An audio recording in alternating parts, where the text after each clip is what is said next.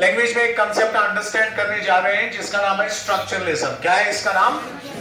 Structuralism. What is the spelling of structuralism?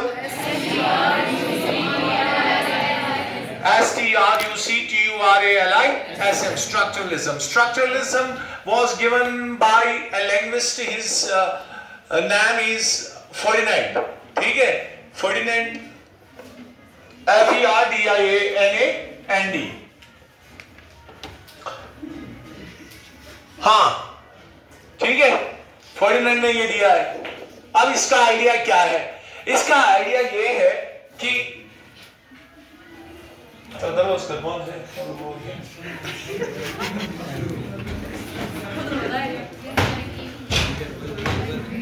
नहीं, इसको रहने दो। हाँ, लैंग्वेज इज होल। जरा बोलो, जबान पूरी है, like a big building. For example, language is whole like a big. It's a system. It's a network. बोलो, language is whole. Language is system. Language is a kind of network. Who gave this idea? Ferdinand. What is this part of the grammar called as structuralism? इसका approach क्या है? ये कहता है language के units है, grammar के units है। ग्रामर के what's the grammar? Grammar is the study of words. Grammar is the study of words and how words work together in a sentence. Sentence में वर्ड्स कैसे काम करते हैं, the science of language, the behaviour of language, the study of the science of language, the study of words. This all is in grammar. अब grammar के units होते हैं, मतलब अगर जबान एक पूरा स्ट्रक्चर है, एक होल है, एक नेटवर्क है, एक सिस्टम है, ये हर एक चीज किन से बनी होती है? छोटे छोटे यूनिट्स से। छोटे यूनिट्स मिलकर क्या बनाते हैं? बड़े बड़े यूनिट्स। तो पहला यूनिट जो लैंग्वेज का है इसने दिया है वो है फोनीम। क्या है? What is the spelling of phoneme? It's the smallest sound, सबसे छोटी साउंड। जैसे ठीक है, जैसे book, phoneme. Is this book meaningful और meaningless? It's meaningless. This is the first smallest sound. It is meaningless. But when we say book, B-O-O-K, book, ये spelling है या ऐसे लिखेंगे? Book, B-O-K, book. जैसे कप है, C-U-P, कप। ये इसकी स्पेलिंग है, इसकी साउंड ऐसे है, नहीं ऐसे, क प प। दिस इज कप, ठीक है। दिस क इज फोनीम, दिस अ इज फोनीम, दिस प इज फोनीम टुगेदर। जब ये बन गया cup, this is the meaningful sound. This is the we call it as morpheme. क्या कहते हैं इसको?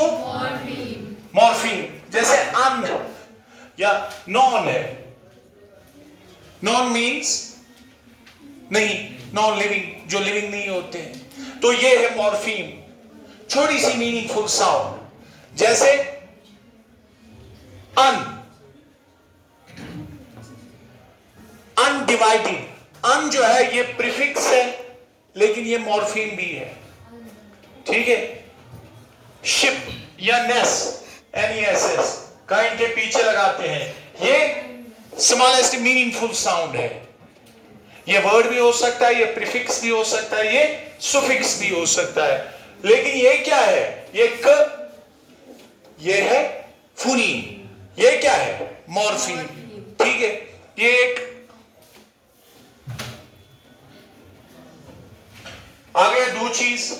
पहली चीज आ गई स्ट्रक्चरलिज्म में, language is a system, it's a network, it is whole and little units are its parts, specially the words are it is parts. इसमें sounds के हिसाब से हमने दो चीजें डिस्कस की, एक phoneme the smallest meaningless sound, और दूसरा हमने डिस्कस इसमें किया morpheme the smallest meaningful sound like word, prefix या सुफिक्स, नेस, इम, उसके बाद आता है वर्ड। शॉर्ट में ये आपको मैं रिकैप करूंगा, आपको हेल्प होगी। What's a word? जबान की दो टाइप्स होती है, एक है स्पीकिंग, दूसरा है राइटिंग। अब इसमें हम राइटिंग पर आएंगे। स्पीकिंग में आपको पता है 44 आवाजें हैं, उसका एक अलग वीडियो है, ठीक है।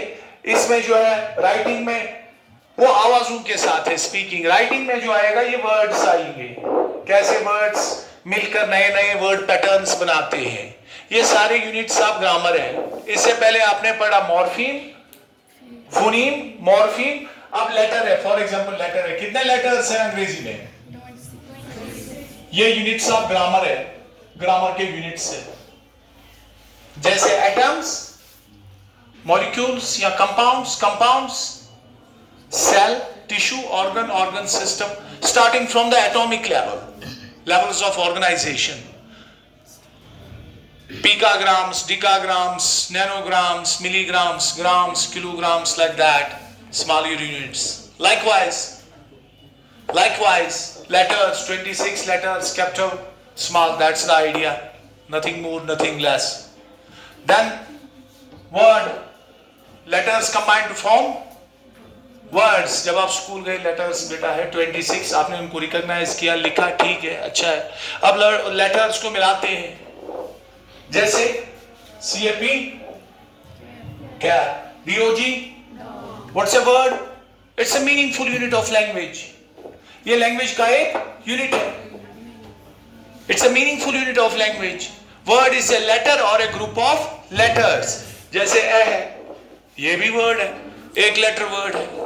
M वर्ड नहीं है, I वर्ड है। I माने it's a letter but it has meaning. I, मैं। Word is a letter or a group of letters with some meaning, but the thought is not complete.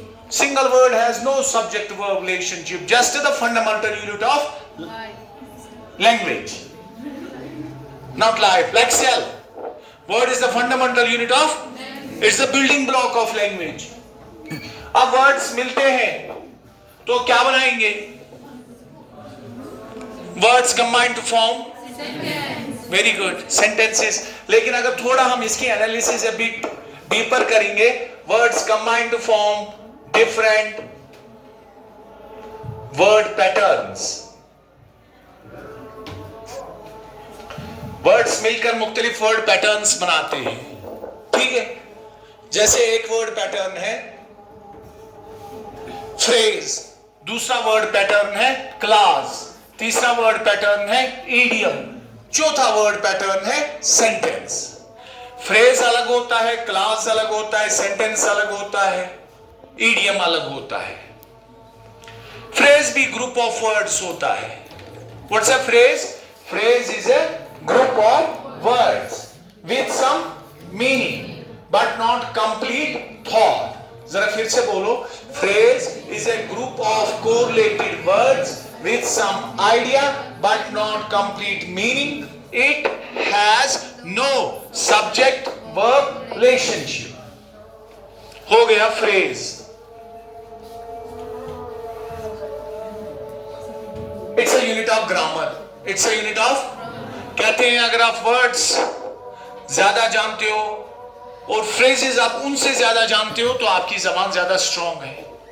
Take away is a phrase. Run away, run away माने, अगर मैं कहूंगा the visitors ran away with the trophy, what does it mean? जो visitors आए थे उन्होंने trophy, ran away दौड़े नहीं, they won the trophy. तो ran away जो यहां पर है, ran away का जो लिटरल मीनिंग है वो है भाग के जाना, मगर जब हमने सेंटेंस में इसका मीनिंग अंडरस्टैंड किया, it means the visitors won the trophy. तो इसका लिटरल मीनिंग था इस फ्रेज का या मेटामॉर्फिकल? मेटामॉर्फिकल। लिटरल को डायरेक्ट रहने में भाग गई विद द ट्रॉफी। अच्छी मेटामॉर्फिकल meaning, that means they won the trophy. So phrase can have literal meaning or metamorphical meaning. That means जो दिखता है वो है नहीं. I gave up smoking. Gave up is a phrase. Animals depend on plants for food. Depend on is a phrase. ठीक है. He handed over the charge. Handed over is a phrase. He took over the charges. Took over is a phrase. I discussed with my sister. Discuss with is a phrase. Is phrase smaller than sentence or bigger than sentence?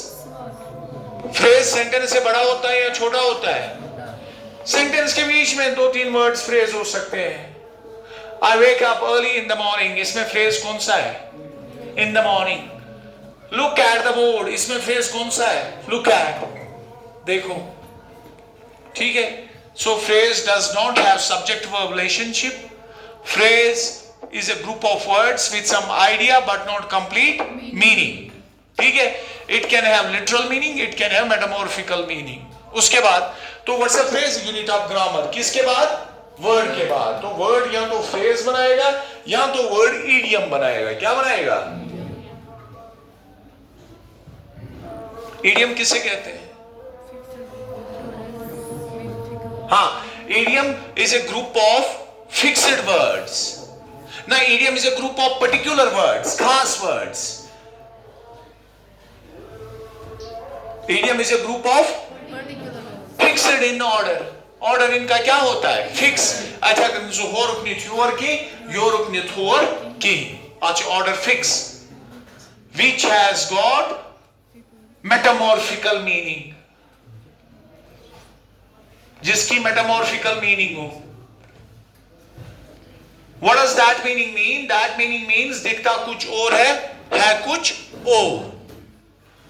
For example, मैं कहूंगा आपसे, आप कहो sir हमें math पढ़ा. मैं कहूंगा बेटा it's not my cup of T.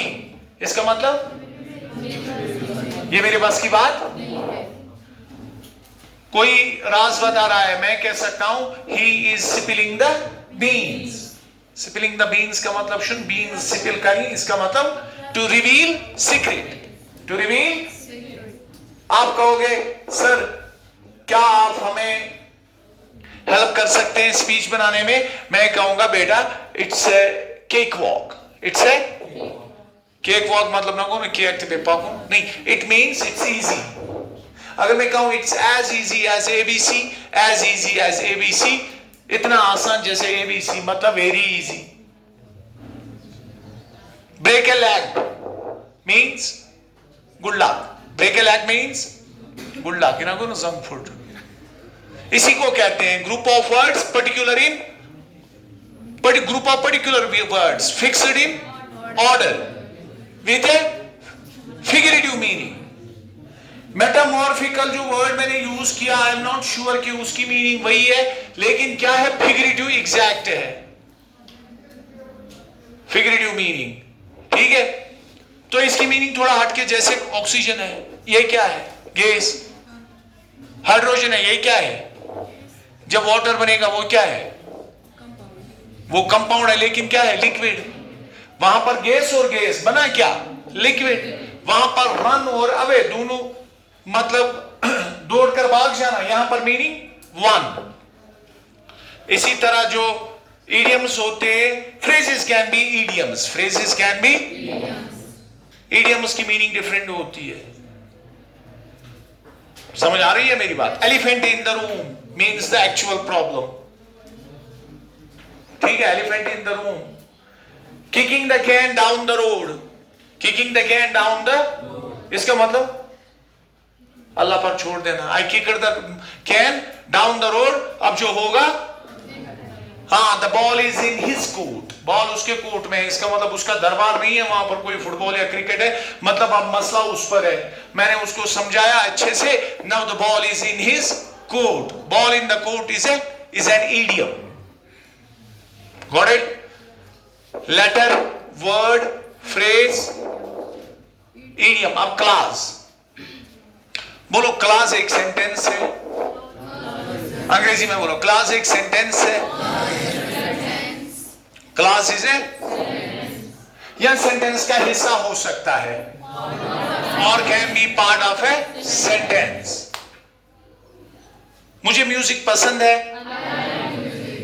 ये एक जुमला है, ये एक क्लास भी है, इट्स ऑल्सो एन, मगर ये इंडिपेंडेंट क्लास है। इंडिपेंडेंट क्लास में सब्जेक्ट भी होता है और वर्ब भी होता है। इंडिपेंडेंट क्लास है सब्जेक्ट वर्ब रिलेशनशिप और मीनिंग कंप्लीट होती है। अब दूसरा जुमला है, मुझे म्यूजिक पसंद है जो स्लो होगा। I like the music which is slow. इसमें दो पार्ट्स है।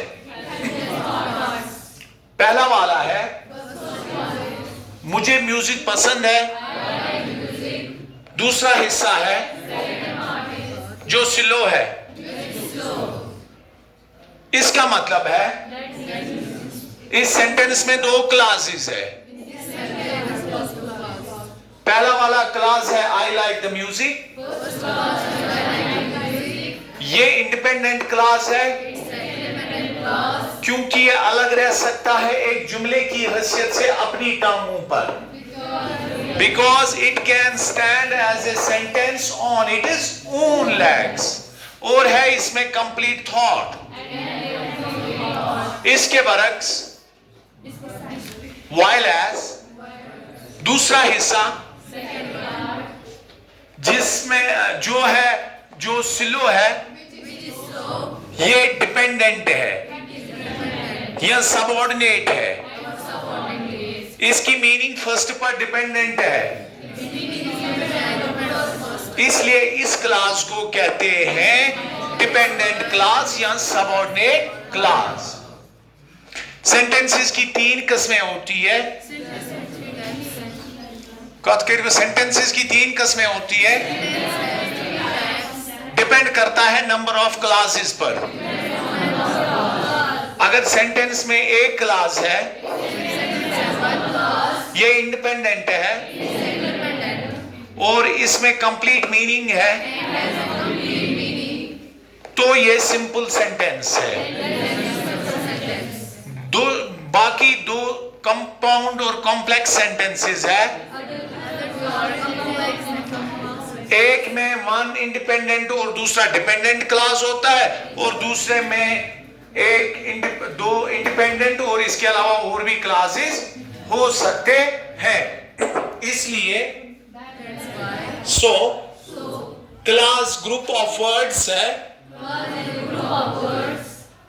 कभी कभार मीनिंग कंप्लीट होती है और कभी कभार मीनिंग डिपेंडेंट होती है, मीनिंग इज डिपेंडेंट। इसमें सब्जेक्ट वर्ब रिलेशनशिप होती है, subject verb. Next unit of grammar है सेंटेंस। सेंटेंस वर्ड्स का एक ग्रुप है जिसका एक कंप्लीट थॉट हो और सब्जेक्ट मैटर और सब्जेक्ट वर्ब रिलेशनशिप हो, and has subject verb and complete thought, ended with full stop, या कभी कभार होता है नोट ऑफ एक्सक्लेमेशन या नोट ऑफ इंटरोगेशन, उनके नीचे फुल स्टॉप लगा रहता है ऑलरेडी। पहला लेटर कैपिटल, बाकी सारे स्मॉल। बीच में कभी अगर प्रॉपर नाउन आ गया तो उसका पहला लेटर कैपिटल। अलबत्ता कुछ एक्सेप्शंस है, अगर आप सीजन्स के नाम लिखते हो ऑटम, स्प्रिंग, विंटर, अगर सु फ्रंटस ते या मंजस ते तिमो गोंडुक लेटर शिलाकुन स्मॉल हो गया। ये सेंटेंस के बाद क्या आएगा? Paragraph. What's a paragraph? Para is short form, paragraph is full form. Photograph is full form, photo is short form. What's a paragraph? A group of with single idea. अगर तुम कोई पैराग्राफ्स में anatomy करू discuss कोई living thing which तत छिंतासस morphology discuss करें। अगर तुम कोई जाय टिश्यूज करू डिस्कस, अफ पैराग्राफ्स में थप सुनी पॉपुलेशन, इसमें टिश्यू ही है, चाहे वो सिंपल हो, परमानेंट हो, मेरिस्टेमेटिक हो, कोलन कायमा हो, स्क्लन कायमा हो। स्क्लन कायमा का पैराग्राफ आ गया इसमें, बस स्क्लन कायमा। One paragraph has one idea. 2-3 paragraph मिलते हैं तो एक ऊपर एक थीम होता है, वो बनाता है कंपोजिशन। क्या बनाता है? तो ये भी एक यूनिट ऑफ ग्रामर है, पैराग्राफ भी है। ठीक है, I hope that's your day. Thank you.